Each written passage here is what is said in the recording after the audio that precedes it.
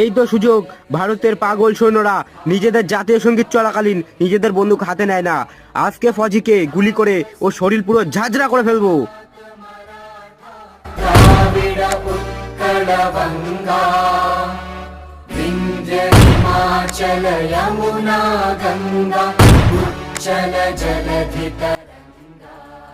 আরে ওর বুকে তো আমি 3টে গুলি করলাম, তবুও কিছু হলো না। এই লাস্ট গুলি বেঁচে আছে, দেখি কি হয়। আরে বন্দুকে তো গুলিই নেই। জয় হিন্দ।